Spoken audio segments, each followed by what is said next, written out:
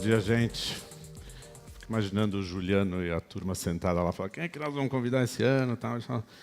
E aí eles pensam, pô, a Endeavor gosta de louco. Quem tem que ser mais consistentemente louco através de coisa? Puta, lembrei, o Ricardo.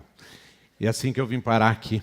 Aliás, eu fico lembrando aqui, passando na Brigadeiro, que a gente tinha um escritório aí, e tinha um cara, o Renato, que ia para casa todo dia, no mesmo percurso, pegar o mesmo ônibus. E aí, um dos dias estava aquele trânsito louco, tal, e ele foi subir no ônibus. Aí ia subir, na hora de subir, o ônibus saiu. Trânsito louco, ele falou, vou andando, correndo até o próximo ponto. Chegou no próximo ponto, foi subir de novo, mesma coisa. Aí depois, umas 3 vezes, ele falou, bom, esquece, eu vou correndo para casa. Ele correu para casa, chegou em casa, e entrou, e de cara falou, ô Leninha, você não sabe o que eu fiz hoje. Eu economizei R$3,80 correndo atrás do ônibus. E ela falou, oh, Renato, como você é burro. Você podia ter economizado R$25 se tivesse corrido atrás de um táxi. Em muitos sentidos, o que a gente faz nessa procura o tempo todo dos novos gurus, da nova solução, da solução digital, não é? É um pouco correr atrás desse táxi. Nós temos uma promessa que todo mundo faz quando a gente se forma na faculdade. Aliás, eu não quis fazer uns 20 e poucos anos atrás na GV, eles formaram uma comissão para caçar a minha condição de patrono. Quer dizer, se você não falar, a consequência é séria. É dizer o seguinte, vocês podem tudo. Sonhem, façam, só depende de vocês quererem. Não é verdade. 1.100 empresas quebram por dia. Então, não é só verdade. É bonito e é um bom jeito de você encarar e talvez seja necessário também, por uma questão de psicologia, não por uma questão de empreendedorismo. Não é? Reconhecer que fazer isto tudo não é nada tão fácil quanto parece. E tem o lado e a ambição de fazer de alguma forma que não bate um pouco com a realidade. Então, eu estive pensando, qual é o tipo de coisa que exemplifica e que nós temos facilidade de entender? Um deles é o mundo do carro. O mundo do carro é muitíssimo interessante porque ele estabeleceu, em boa parte, se a gente pensa como é que a gente se organiza como empresas, como entidades, toda a nossa história é militar, né, como ser humano. Nos últimos 10.000 anos, a única forma que a gente aprendeu a se organizar é de forma militar. Isso depois foi para a igreja, da igreja chegou para a empresa. Ela chegou para a empresa através do carro. Quer dizer, basicamente, se dissesse, me dá uma data aí, em que a empresa que a gente conhece entrou em vigor, eu diria que foi em 1908, o primeiro carro da linha de montagem do Henry Ford, ele determinou tudo. Determinou como a gente se organiza como empresa, como sociedade, como escola, etc. Então, virou esse negócio. Nós temos muita gente, tem que processar muito produto, muita gente, vamos passar isso tudo por uma linha de montagem. Rapidamente ficou assim, bom, mas espera aí, eu tenho 10 aqui, eu preciso de um supervisor aqui. Num dos cursos que eu dava lá fora, eu contava a história de uma empresa em Birmingham, na Inglaterra, que era uma empresa têxtil. Essa empresa têxtil tinha 10 dessas máquinas, cada uma delas tinha um supervisor, cada 12 supervisores tinham um gerente, esses gerentes, por sua vez, tinham uma continuação da pirâmide, tinha um departamento de pessoas, de RH, etc., um predinho de tijolo. E os caras, bom, what's the point, né? Essa empresa era em 1633. Essa era a organização dessa empresa em 1633. Então, dizer que nós fizemos muita coisa nova não é verdade. Nós fizemos a mesma coisa em quantidades maiores. Então, quando você pensa no carro, você pensa, ele é um jeito de explicar a sociedade como a gente tem hoje. Você tem que ter muito volume para, então, criar muita gente que compra e criar um círculo vicioso que, teoricamente, está em vigor. Então, alguns anos atrás, eu fui falar para uma turma. Na Austrália, era até por holografia, um negócio muito interessante, mas tinha 2.500 designers de carros. Então, as únicas coisas que eles faziam era futurologia em relação ao carro. E aí você olhava, eu fui olhar os modelos para ver o que é que eles tinham pensado. Então os carros eram, como vocês já viram concept cars nesses congressos, você vê um carro super oval, alinhado, parecendo um pouco espaçonave e tal. E aí eu perguntei para eles, eu disse, olha esses carros todos. Tem aí no horizonte o carro autodirigido, o Waze, carro elétrico, etc. A totalidade dos carros que vocês desenharam tem um cara sentado na frente e tem um capô. Vocês estão loucos?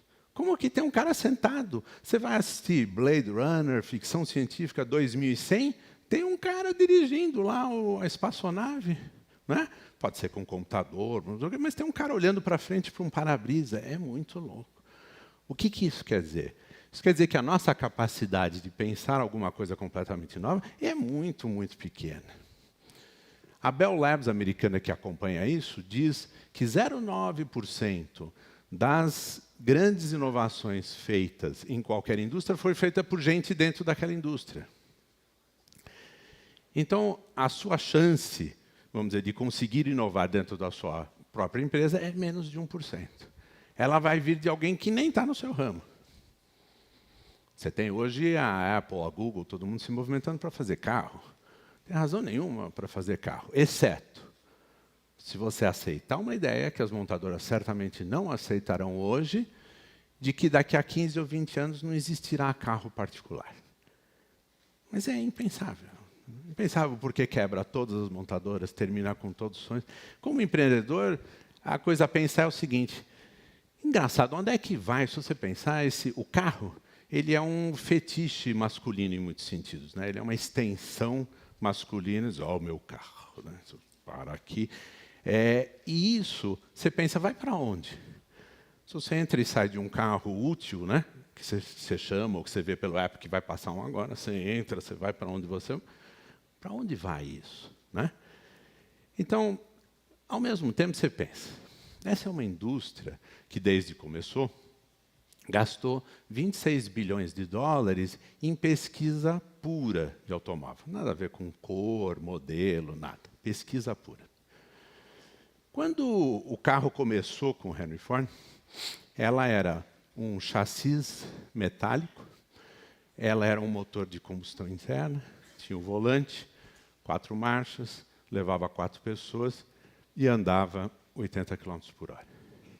26 bilhões de dólares e 100 e poucos anos depois, o carro é um chassi metálico, 4 rodas, um volante, um motor de combustão interna, leva 4 pessoas e a velocidade média no São Paulo no ano passado foi 18,5 km por hora. Esse é o net result ponta a ponta dessa indústria. Agora, ela merece desaparecer por completo em 15 anos? Claro. E vai. Pensa algumas coisas. Você fala, pô, não, mas é que é muito complicado, tecnologia, hidrogênio, elétrica, então vamos num mais simples. Estacionar na rua. Estacionar na rua é um exercício que tem todas as imbecilidades da engenharia juntas, tá certo? Eu quero parar aqui, eu passo o primeiro lugar, eu tento segurar todo mundo lá para dirigir diagonalmente de ré. Eu faço isso há 40 anos e nunca sei como é que vai terminar o negócio. Certo? Eu já sei que em 40 anos não é o suficiente para aprender, porque eu não aprendi. Não é? Parece aquele filme do Woody Allen que ele pergunta, ele estaciona mal e pergunta para mim, está tudo bem? Ele fala, não, eu posso andar até a calçada. Tá certo? Então, a gente tem isso.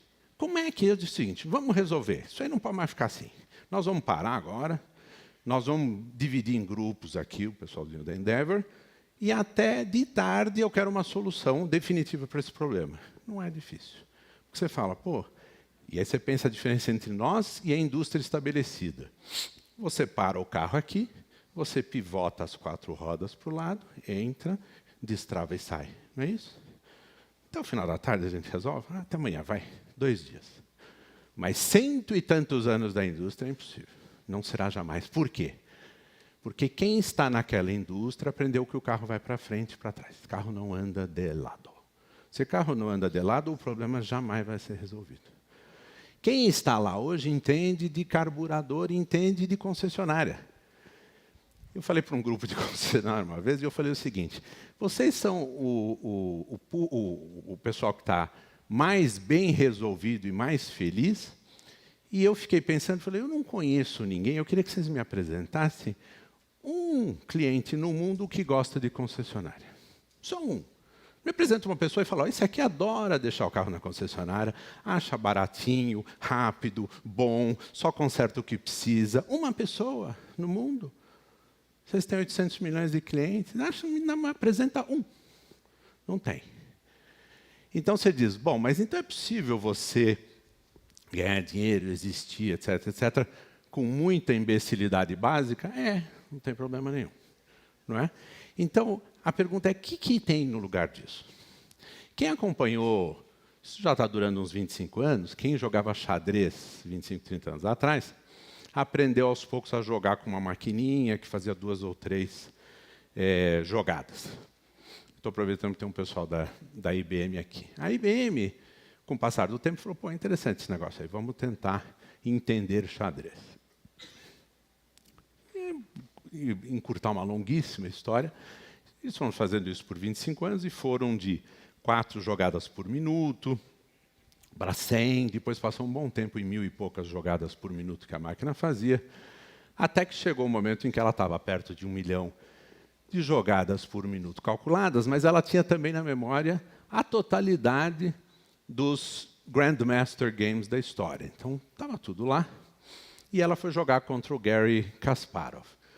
E o Kasparov jogou, aí teve uma série de 6, e o Kasparov ganhou 2, aí empatou 2. No fim, num certo momento, essa máquina, Deep Blue, tal, foi aposentada porque acabou ganhando por 2 jogos de uma série do Kasparov. A questão, para mim, nunca foi: é possível uma máquina jogar xadrez melhor do que um humano? Isso é um comecinho de inteligência artificial, mas a pergunta mais importante para mim é o seguinte: como é possível haver um jogo entre um ser humano e uma máquina que calcula 1 milhão de jogadas por minuto?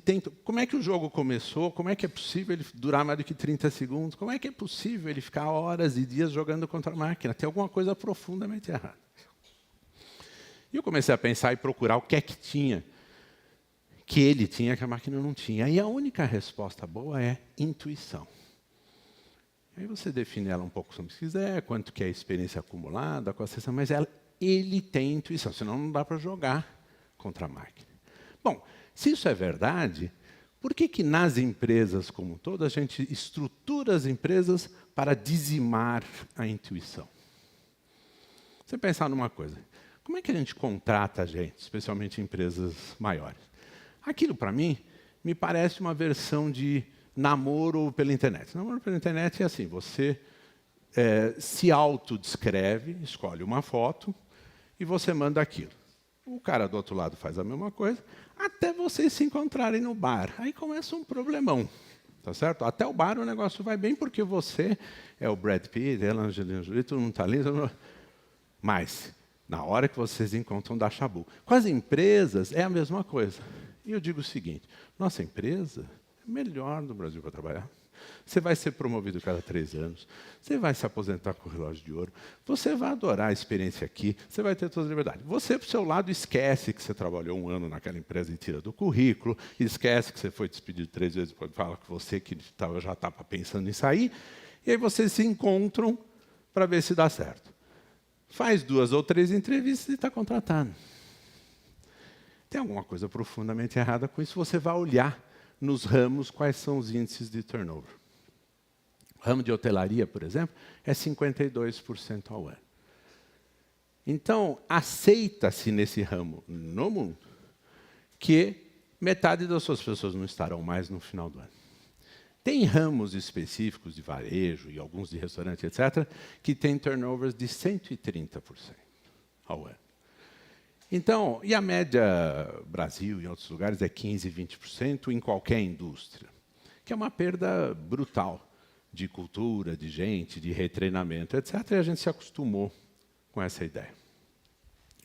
Nós fizemos lá durante 30 anos na Cenco, nós tivemos um índice abaixo de 2% ao ano. O que era esse índice? Era um cuidado na hora de contratar. O cuidado na hora de contratar, a gente sempre imagina que é a capacidade da empresa de filtrar. Tomar cuidado, selecionar, reduzir o número de selecionados até acertar. Mas é claro que não é, porque vocês viram na indústria de investment banking nos anos 80, nos Estados Unidos, você vê em todo lugar que você juntar gente esperta demais não é solução. A gente passou por uma era de revolução agrícola, revolução industrial, a modernização, a era da informação, a era do conhecimento, etc. Pode ser que no horizonte a gente esteja vendo os primeiros sinais de uma era de sabedoria. Isso não tem em lugar nenhum. Não tem empresa, não tem nada montado a favor da sabedoria. E que tem a intuição, por exemplo, como um grande fator. Então, o que a gente fazia?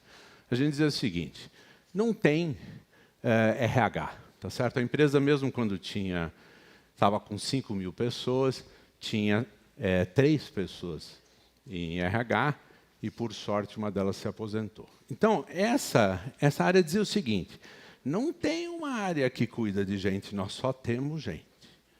Nós só temos gente. Então, esse processo lá dentro dizia o seguinte: está precisando de alguém? Precisa contratar alguém? Bom, quem está interessado nisso? E aí a gente dizia, na sala tal, quarta-feira, às 4, vem todo mundo que está interessado nesse assunto. Em alguns casos, quando era de fábrica, por exemplo, chegavam a transferir de sala e tal, porque aparecia 80 pessoas, 90 pessoas. Aí a gente dizia assim, bom, vamos anotar aqui. O que é importante? Essa pessoa precisa ter o quê? É para a área financeira, precisa ser contador? Era bom, põe aqui. Bom, ótimo. Aí quem é que vai procurar? A gente põe num anúncio, tá bom. E aí a gente dividia, chegavam os lotes de currículo, a gente dividia entre as pessoas realmente interessadas. Os mais interessados, quase sempre, eram os futuros subordinados da pessoa. Dava uma olhadinha e tal. E aí a gente dizia, dia tal, nós vamos chamar os 5, 6 que as pessoas mais gostaram. Quem quiser entrevistar, por favor, apareça, porque é relevante. Você não querendo aparecer, não faz mal, você aceita, seja lá quem for. Aí aparecia 15, 20 pessoas para entrevistar e 5, 6 entrevistados.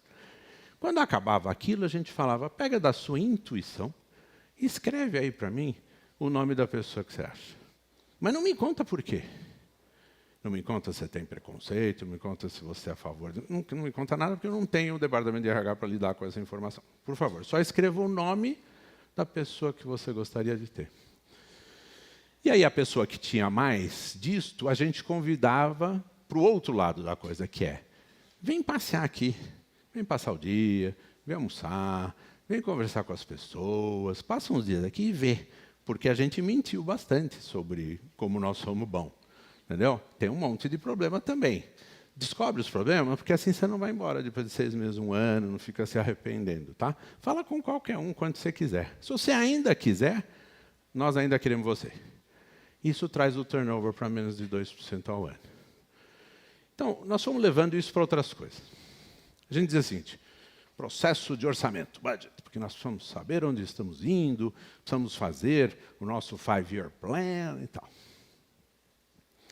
Quando os americanos usam o termo wishful thinking, né, quer dizer, pensamento positivo fantasioso, e para mim todos os business plans que me apareceram na vida foram isso. Então, se eu pego aqui, eu falo, no intervalo, por favor, me empresta o da sua empresa, eu faço o seu 5-year plan. Tranquilo, dá uns 5, 6 minutos. Porque ele vai subir 4%, depois subir mais 6%, depois melhorar. Ou vocês já viram assim, vou subir 8%, depois vai cair 11%, depois vou ser vendido para o concorrente. Vocês já viram um business plan assim? Porque essa é a maioria das empresas. Agora, você pega o de 5 anos atrás de qualquer um e diz, ele não era wishful thinking, era assim, vai melhorar, depois vai melhorar um pouco, vai melhorar um pouco, vai melhorar um pouco. Não é sempre assim? Não precisa desse. Ele é absolutamente inútil como previsão do que vai acontecer na sua vida. Nós trocamos isso por um raciocínio que diz o seguinte, olha, vamos com lápis ou com escrever na lousa e apagar, Vamos pensar sobre o futuro. Não tem por que não. O que pode ser? 2 anos, 5 anos, não sei o quê. Mas vamos fazer um orçamento de 6 meses. Por quê? Porque toda vez que eu vejo um orçamento de 1 ano, as coisas boas vão acontecer no segundo semestre. Não é assim? Não sei por quê. Mas tudo bom vai acontecer em setembro, aí que vai ficar bom. Por enquanto, não está tão bom. Então, o por enquanto é assim e a empresa ficou 30 anos operando na base de 6 meses. Porque se diz, bom, se você agora não tem para esses 6 meses, faz alguma coisa. E aí os boards começam a se preocupar, né? O raciocínio do conselho, de você ter que apresentar e saber, etc, etc. O conselho, ele depende muito da ideia e da ilusão de que está mais ou menos em controle. Então, vai pedir, as pessoas vão apresentar, não sei o quê, e depois tem que ter alguma boa razão. E aí vem uma das coisas que é muito engraçada. Nós temos aqui, se eu quiser levantar a indignação de vocês, eu vou falar da impunidade dos corruptos, da impunidade dos políticos e a impunidade do CEO. O CEO é um cara que dá o melhor de si, ganha um pacote, se der errado, ele pede 1000 desculpas, houve uma bronca, não sei o quê, is gone. E para os 5.000, 12.000, não sei o quê, que ficaram, é começar a coçar a cabeça e dizer, nossa, o que aconteceu aqui? Deveríamos ter comprado coisa, não deveríamos ter feito aquela fábrica, não sei o quê. O cara errou, estava com a cabeça nas nuvens junto com o board.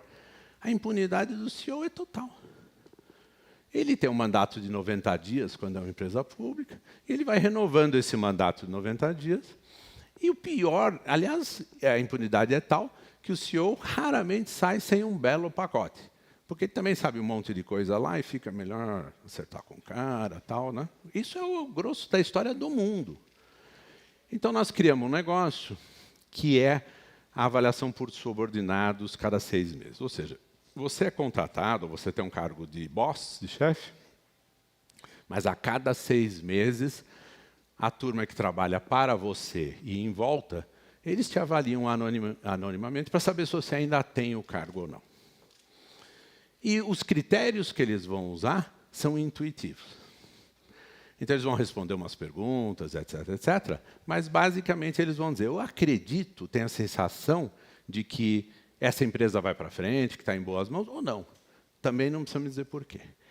E tem um sistema de rating, onde as pessoas podem determinar uma pontuação, se quiser e tal. E o compromisso é o seguinte, se a pontuação for caindo, você precisa sair.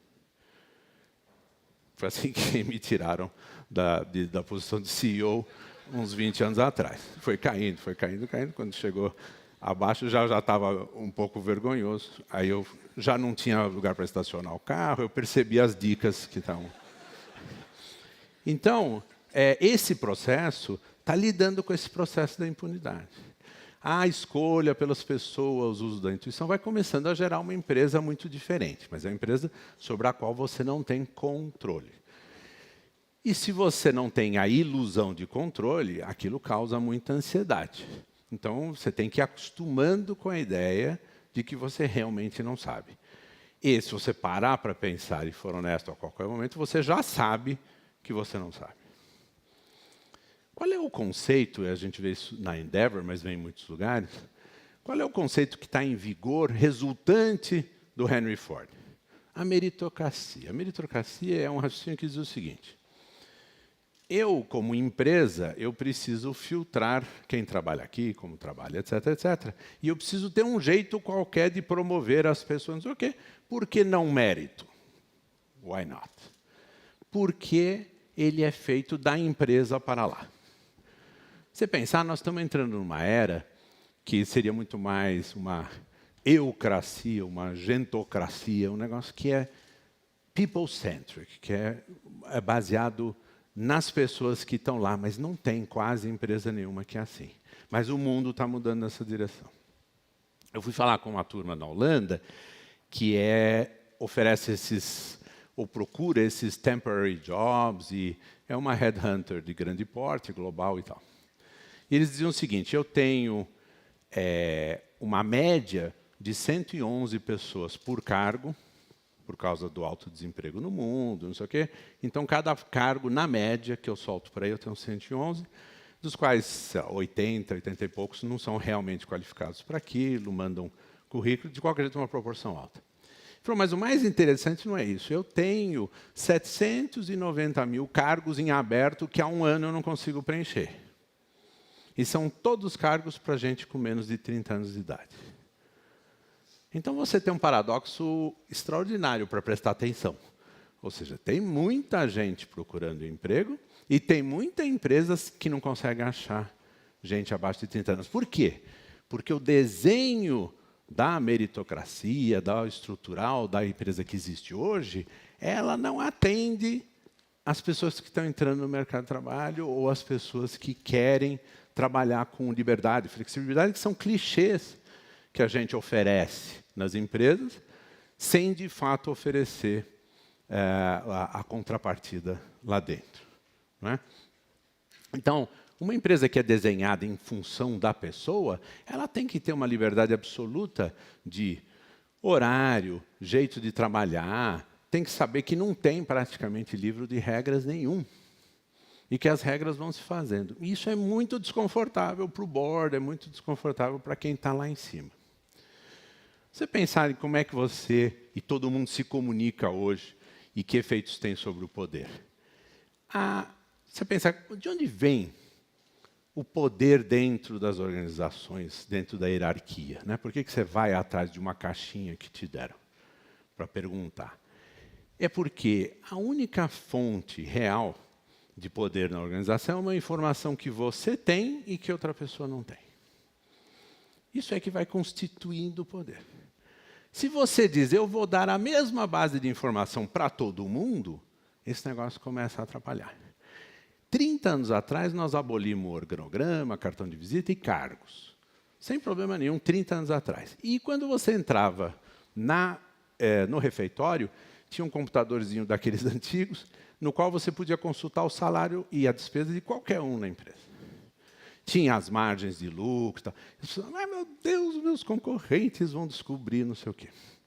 Nós temos um monte de raciocínios antigos na nossa cabeça. Primeiro, hoje em dia, para alguém saber o que o concorrente faz, é o menor dos problemas. Não é isso? O concorrente vai lançar um novo produto, vai acabar comigo, eu não tenho ideia do que seja, está tudo em segredo. Veja aí o segredo imenso que foi. Foi um ano de pessoas assinando para tudo que é lado, se comprometendo a manter sigilo. E isso gerou o Samsung 7. Ele é resultado de 18 meses de sigilo absoluto. Deu certinho, tá certo? Foi bom manter sigilo, senão a iPhone teria feito um também que queima e explode no seu orelha, eles iam concorrer qual explode mais. A ideia é toda baseada nos nossos medos. São os nossos medos e inseguranças que desenham essas estruturas na empresa. Medo de que vai saber, etc. Nós tínhamos um programa, já há 30 anos atrás também, em que cerca de 60%, 70% das pessoas que ocupavam os nossos prédios não eram funcionários. E a gente dizia o seguinte, olha, para ser funcionário, CLT, você precisa ter uma função que é permanente, bem de longo prazo, que dependa de um monte... Quase ninguém passou pelo critério. E nós falamos, o resto de vocês podem trabalhar aqui por 11 formatos diferentes. Vocês podem ganhar por royalties sobre a linha principal, royalties sobre a margem, milestone de entrega de produto, claro que comissão, etc, etc. Então, não precisa. E aí nós começamos a ter, nós tivemos durante uma época 35 pessoas no total que trabalhavam para nós e para o concorrente. Porque não tinha problema. Era um pessoal de área de design gráfico, mas aí eles tinham acesso à informação de marketing. Isso é completely overrated, assim, é completamente desnecessário. Mas a gente se explica e se assusta com a ideia de quanto nós precisamos ser sigilosos. E num mundo em que o sigilo está acabando de vez, e numa velocidade louca, a ideia de que você está se protegendo assim é muito vaga. Né? Então, essa meritocracia, esse jeito de empreender também, ele acabou gerando para a gente uma ideia de que tem uma sequência de grifes. Tem uns fetiches mesmo. Você fala, só que eu estive estudando um curso em Harvard. Você soltou um Harvard lá, o fetiche funcionou. Cara, aonde? Isso tudo na nossa cabeça. Por quê? Nós criamos uma igreja, não é? Nós temos uma religião, aí temos uma fé absoluta que não pode ser discutida. A fé, uma delas é o seguinte: crescer é necessário, é bom. Não tem nenhuma comprovação e nenhum estudo longitudinal de que empresas que crescem mais se dão melhor do que empresas que crescem menos. É assustador. Então você fala, não, mas você tem que crer nisso. Pensa um pouco, quais são as coisas que vocês conhecem na natureza, alguma coisa orgânica, que cresce até parar? Ou que cresce indefinidamente. Vamos pensar crescer indefinidamente. Vocês conhecem alguma árvore, uma exceção, o câncer. As células que se dividem infinitamente até matar o organismo. Então, com exceção a esta honrosa exceção, nada mais cresce. Vocês gostariam que seus filhos crescessem indefinidamente? Não é? Nós já descobrimos que se você comer mais, você cresce, mas só lateralmente. Então, tem alguma coisa errada com esse raciocínio. Nós fomos embutidos, e nós estamos nessa religião, de que esse é um modelo bom. E como eu fui afetado, vamos dizer, por esse raciocínio e esse estigma, esse fetiche por isso, fiz faculdade, aí depois quis fazer direito, então precisava ser na São Francisco, então eu só estudei para entrar só na São Francisco. Aí saí da São Francisco, o único bom era Harvard. Aí fui fazer Harvard, aí fui fazer pós-graduação. Aí fui ser visiting scholar no Harvard Law School, lá no projeto de negociação. E fui ser professor de MBA do MIT e tal. É legal? É legal. É muito importante? Claro que não é. Tem 1 milhão de outras experiências que eu tive que foram mais impactantes, tiveram insights muito mais interessantes. Mas, claro, agora você repete isso e as pessoas começam a seguir nesse altar do crescimento, do Harvard, do case study, etc. E isso faz muito mal. É apenas mais uma alternativa, é mais um jeito de fazer. E eu estava trabalhando sempre pesadamente, era o primeiro a entrar, o último a sair, não sei o que, comecei a ter um monte de problema de saúde. Desmaiei numa visita numa fábrica, fui parar numa clínica nos Estados Unidos, Lay Clinic, lá perto de Boston. Aí eu fiz todos os exames. Eu falei, bom, finalmente eu vou descobrir o que eu tenho, porque eu não consigo engolir, estou sempre com enxaqueca, engordei 30 quilos, deu uma doença importantíssima. Então, eu amortizei lá todos os equipamentos que eles tinham durante 3 dias.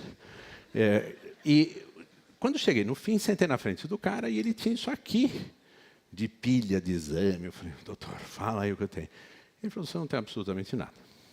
Ele falou, mas deixa eu te mostrar uma coisa.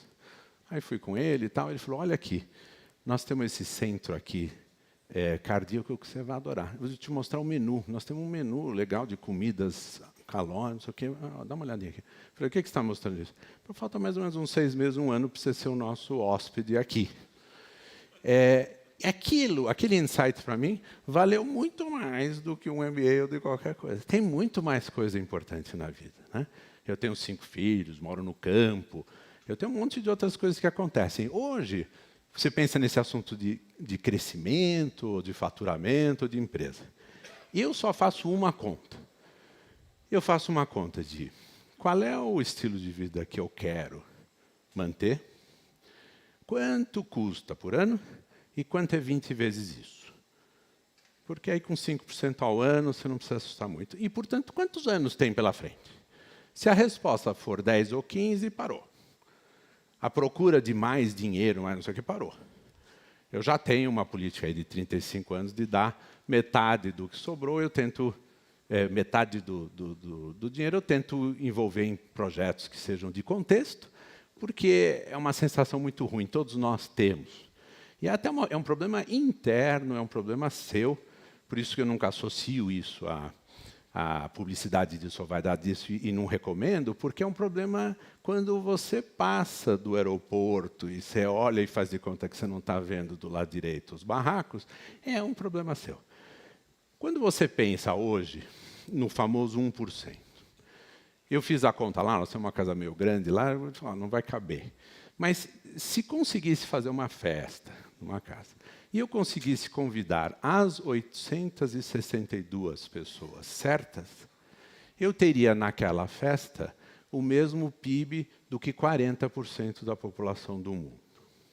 É um jantar grande. No entanto, nós estamos falando de 2,8, 3 bilhões de pessoas que eu teria que juntar para dar mesmo patrimônio daquelas 862 pessoas. Então, tem alguma coisa profundamente errada com o nosso processo. Como a gente participa da briga pelo 1%, pelo Harvard, MIT, etc., a gente vive nesse mundo. Você ficar compadecido e entregar bolsinha de não sei o que em Paraisópolis também não é a solução. E também não precisa fazer de conta que é assim que nós vamos consertar o mundo.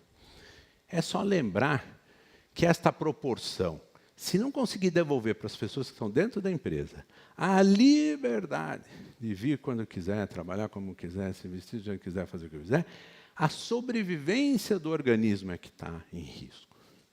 A gente fala da mortalidade infantil das pequenas, nem infantil, às vezes mais longa, você tem essas 1.100 empresas que quebram por dia, e você pensa, pô, mas a pequena empresa é mais sujeita à quebra.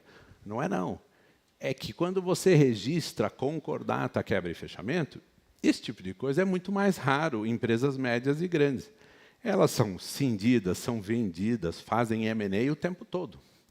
Se você pegar a lista das maiores empresas da Bolsa Americana a cada 10 anos, de 1929 em diante, 29, 39, 49, 89, você descobre que 92,9% das empresas grandes da Bolsa não sobreviveram. E, hoje em dia, o ciclo é tão curto que se estima 20 ou 25 anos. Então, está sendo bem feito? É claro que não. Mas vira um fracasso e ela passa para outro, e merge, faz, e divide, muda de país, e não sei o que. É isso que está acontecendo. A Motorola não está viva? Tá, ela não fazia só rádio? Fazia só rádio. Cadê a Polaroid a Polaroid é o Instagram, ou não? A Polaroid é o Instagram desde 1932. Onde é que está? Então, isso tudo é uma ilusão que a gente faz também, que a gente olha, vai ficando grande, vai ficando muito boa, vai ficando sólida, etc. Muda de mão o tempo todo. Se muda de mão o tempo todo, é um sinal de que alguma coisa aconteceu. Não são exits lindos que as pessoas fazem. O que é o papel, que parece até um papel de hiena, na verdade, do private equity? Né? O private equity vai lá e fala, o que você está fazendo aí? E o private equity hoje tem uma convicção absoluta, e eu sei porque a gente tem de que a gente pode gerenciar qualquer coisa. A gente fala, o que é mesmo? Calçado? Ah, tudo bem. Ah, não, você é assistência médica, né? Ah, tudo bem. A gente vai lá, põe um menino de 26 e diz, toca isso aí, meu filho. Está aqui o que eu quero. Tira isso aqui, baixa o custo de coisa, e depois a gente vai flip esse negócio em algum lugar. Como é que apareceu o lugar para a gente assim? É porque é muito ineficiente o sistema. E uma das razões pelas quais ele é muito ineficiente é que você pensa em você como empreendedor. Você resolve o seu problema como empreendedor. Mas está cheio de gente lá dentro que sabe que a sua expansão para o Nordeste é uma bobagem, que esse produto não vai dar certo. Você não tem mecanismos para escutá-los. Então, essa mudança, vamos dizer, de raciocínio, acho que ela começa, no nosso caso, ela chegou até o ponto de a gente dizer o seguinte, por que eu estou discutindo o seu salário? Por que é segredo o seu salário? Você pensar, salário é bem simples, ele tem 3 coisas que você sabe e 2 que eu sei. As coisas que eu sei são o seguinte, quanto todo mundo ganha aqui dentro, quantas pessoas ganham em outro lugar e quanto a empresa consegue pagar. Você sabe outras coisas, que é qual o tamanho de TV da Samsung você não comprou? O seu colega, a sua esposa ganha mais do que você ou mais do que você gostaria? Essas são questões. Ou eu consigo fazer aulas de psicoterapia suficientes dentro da empresa para que a gente tenha tudo isso e consiga isso tudo de você, ou eu te dou os outros 3. Mas alguém tem que ter os 5 para acertar. Então a gente fala, está aqui, ó, o que as pessoas ganham dentro da empresa, o que as pessoas ganham em outro lugar, quanto a empresa ganha. As pessoas ficam com pena da gente quando a gente fala quanto ganha. Você pensa assim, eu vou falar, o cara vai ver que tem esse dinheiro e tal. Os caras falam 5%. Eu achei, doutor, achei que vocês ganhavam 50%. Esse é um problema comum que a gente tem. E a gente diz o seguinte, está aí, você sabe tudo. Me diz quanto você tem que ganhar. E um grupo de pessoas que trabalha com você e que quer trabalhar, a cada 6 meses, eles vão te dizer se eles querem você por esse salário ou não. Pode ser que você valha isso num outro lugar. Então, você começa a tratar as pessoas como adultos. Você diz, não quero saber de horário, não quero saber, não quero te ajudar a trabalhar em casa, não quero saber se você está bem de saúde ou não. Não é um problema da empresa. Não, vou botar aqui, vou botar creche. Creche não é problema da empresa, academia não é problema. Saber se o cara está super malhado e correndo junto com o dono não é relevante. As pessoas têm que ser responsáveis e saber. Eles escolhem, bem ou mal, governadores, compram enciclopédias, compram iPhones, decidem escola para os filhos. Por que nós estamos tratando eles como deixa eu cuidar de você, cuidar da sua saúde, cuidar de como você trabalha? Então, quando você sai desse processo, você entra num novo mundo. Hoje, se vocês pensarem aqui, quantas pessoas aqui se comunicam com a sua empresa numa mistura de Slack, Trello, Basecamp, etc. Você vai subindo o número de empresas, do tamanho da empresa, desaparece. As pessoas nunca ouviram falar de nada disso. Acontece que para você se comunicar desse jeito, o seu poder foi-se. Porque a informação está disponível, as opiniões reais estão disponíveis, a sua capacidade de mandar, desmandar, etc., desapareceu. Então, as pessoas não estão percebendo, mas esse mundo está acabando. Esse Slack, Basecamp, tudo isso que está acontecendo, os hackers, eles vão acabar de vez com a privacidade e com a capacidade de mandar. E aí vocês precisam estar prontos para um mundo em que você quer atrair gente jovem que tem outros objetivos também, idealistas, quer sentir que está contribuindo alguma coisa, e não é dizendo, olha, toda sexta-feira às 2 horas vocês podem ir para Heliópolis e cuidar dos coitadinhos para se sentir melhor. Não é esse o processo. É um processo que diz, eu sinto que eu fiz alguma coisa, passado 1 ano, 2 anos, 3 anos, que essencialmente fazia algum bem. Pode ser até seu produto, não faz mal. Então, esse é um processo longo. Eu acho que ele responde um pouco essa questão. Nós temos hoje ainda uma idolatria, que é uma função desse fetiche, dessa religião. Nós temos idolatria pelo cara sozinho, o empreendedor sozinho. Você vê o caso do Steve Jobs. Tá certo? Hoje, o pessoal está construindo, não sei se vocês viram, dá uma olhadinha num drone na TV, da nova sede da Apple. Desenhada por Norman Foster, 5,8 bilhões de dólares, 120 campos de futebol desse tamanho. Muito bem. Aquilo tudo dá uma... O que é aquilo? Aquilo é uma pirâmide. Tá certo? E a única solução é enterrar o Steve Jobs no meio da pirâmide, debaixo do... Por quê? Porque é este raciocínio. E é a partir da pirâmide, é a partir do Versailles do Luís XIV, é a partir do Chrysler Building que tudo quebrou. Tudo só desceu, só foi para baixo depois disso. Então, essa nossa idolatria, dizer, ó, está um exemplo aí, o cara fez o Uber. Nós vamos ser o Uber disso, Uber daquilo, o dia inteiro. Não vai ser Uber de nada, pelo amor de Deus. Ele é 1 em 100 mil.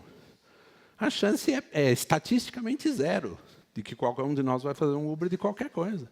É melhor entender isso do começo. Então, o que eu queria deixar com vocês era só esse raciocínio de que está na hora de perceber que esse modelo, que é o do Ford, que foi transformado e que tem melhorias marginais nele, não resolve. Nós estamos com a famosa disruptivo, que a gente se assusta com esses clichês, mas a verdade é que nós vamos voltar a entender que nós precisamos libertar as pessoas de todas as estupidezes que a gente cria na empresa e que impede que eles resolvam para a gente a maleabilidade, a flexibilidade que nós vamos precisar para sobreviver. Então, eu queria deixar vocês um pouco essa semente para pensar um pouco. Por que a gente faz a coisa? A gente usava sempre uma régua dos 3 porquês. Os 3 porquês são interessantes. Você faz assim, Mas por que a gente vem de terno e gravata aqui? Não, veja bem, porque assim a gente fica mais parecido com os outros. Aí o segundo porquê. Mas por que a gente quer ficar mais parecido com os outros? No terceiro porquê, eu sei porque eu tenho 5 filhos, um deles tem 6. A primeira pergunta que ele faz, papai, por quê? Eu falo, não, sei porque... A segunda, por que aquilo? Não, sei lá, filho, sempre foi assim. Então, terceiro porquê, você só tem uma solução, que é dar um sorvete para o rapaz. Aqui é a mesma coisa. O seu terceiro porquê de que você faz, por que você faz, por que você fica 2 horas no tanto, não tem resposta boa. Então, o que eu queria deixar com vocês é essa semente, essa ideia de usem esses 3 porquês, usem um raciocínio de que tem gente para liberar, tem muito mais força dentro da empresa e perto de vocês do que vocês imaginam. Vamos abolir um pouco esses fetiches, esse grande altar que não tem mais razão de ser, que tem um mundo novo vindo por aí. Obrigado, gente.